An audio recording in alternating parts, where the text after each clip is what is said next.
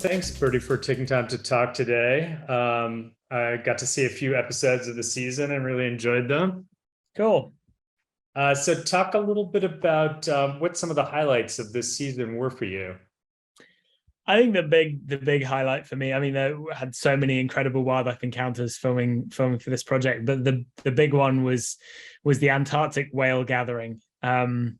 We went with such a ambitious target. That was definitely the most ambitious episode. It was definitely the most ambitious expedition I've ever run.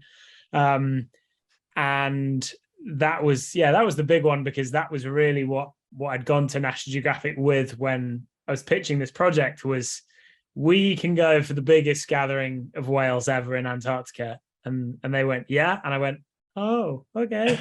Now I have to do now it. We got to go do it. So yeah, we had a month aboard a ice strengthened sailboat, across the infamous Drake Passage from South America down to Antarctica, and the weather was awful. We had 6 filming days in the whole month. The rest of the time we were hanging on for dear life as icebergs scraped down the hull and our anchor dragged in the storms and all sorts. But yeah, it all came together right at the end, and we ended up filming the biggest gathering of fin whales ever, which was absolutely mind-blowing to see. That many whales with thousands of penguins and albatross and seals, and to be able to film it from the air with drones from water level with gyro-stabilized cameras, and then to actually get in the water in amongst that gathering, that was like nothing I've ever experienced before. Yeah. So is this a phenomenon that you'd known about for years, that you wanted to this was kind of the Holy Grail for you, or something that you really wanted to get on film? Yeah, it's really one of the holy grails of kind of wildlife film, a giant whale gathering in Antarctica. And I remember I first heard about it. I went to a talk, a presentation by one of the producers for the Frozen Planet series. It was a David Attenborough series that came out in 2011. So yeah, 10 years before we went out on this expedition. And this producer was saying about talking about all the amazing things they'd filmed as part of this series. And someone in the audience stood up during the Q&A and asked a very clever question. They asked, okay, you've talked about all the things you filmed, but what did you go for and you failed? Like, what did you not get?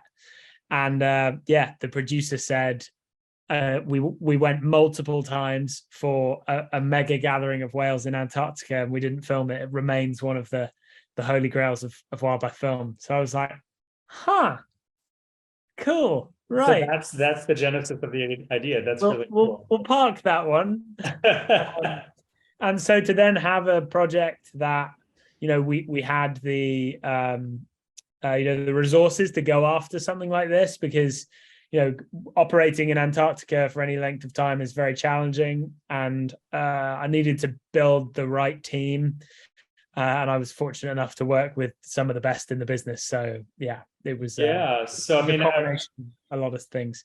I was wondering, watching the series, that some of these things seem actually quite scary that you're doing, and I imagine this one was too. Do you ever get fear for your safety? Yeah, I mean, it's interesting. Fear's all relative, right? And I think it's all what you're used to. Like, I'm talking to you from a hotel in New York, and I find like crossing the street here absolutely terrifying, far more terrifying than diving with a leopard seal, for example.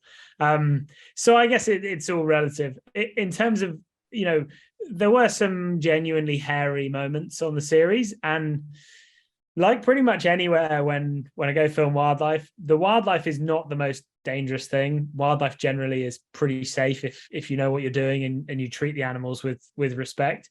I think probably one of the most dangerous things we did was actually diving with that whale gathering, not the whales themselves, but more just diving in that water. So it's -1 degree Celsius, which in Fahrenheit, I guess, is what, just below freezing, like 35, 36. Yeah. So it's really cold water.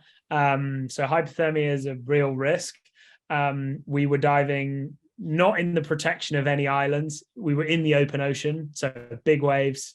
There are lots of animals around, and getting lost was you get lost and then you get too cold and you get hypothermia and you die. So that was a real risk. And so we had a big strategy as to how we avoided that. And we actually came to the conclusion the best strategy was for myself and Dan, who was the other underwater cinematographer.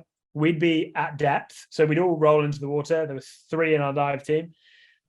The 2 of us would be at depth filming the animals. And then Callum, the safety diver, would be on the surface with a little flag. And he'd basically be marking the position of where we were. And he'd swim around over the top of us so that the Zodiac, the little dive boat, knew where we were all the time. One quite funny thing that happened, which I'm really glad it made it into the episode, was Dan and I came up from a dive to get picked up.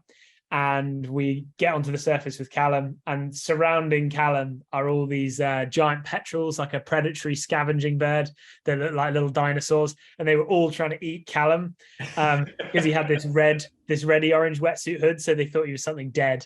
And yeah, I remember having a good giggle. Like, isn't life weird that we're just bobbing around in the open ocean in Antarctica? Yeah, Callum's going to get eaten by this weird bird.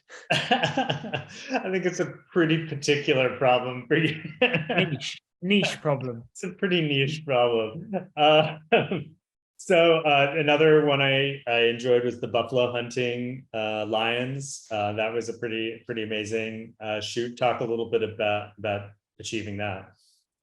Yeah, so I mean, with this series, with the different episodes, some of the things we were trying to film that had never been filmed before, and some of the things were things that had been filmed before, but I felt that we could really level up and show a new side to what had been filmed before.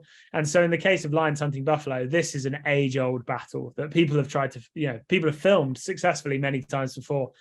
But one of the things that I thought was really interesting was that these lions are taking on what is arguably the most challenging prey animal in Africa.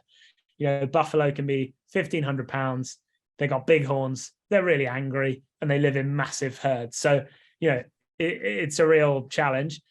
And one of the things I was interested in was not just how the lions take on the buffalo, but what did the buffalo do in response to stop the lions eating them?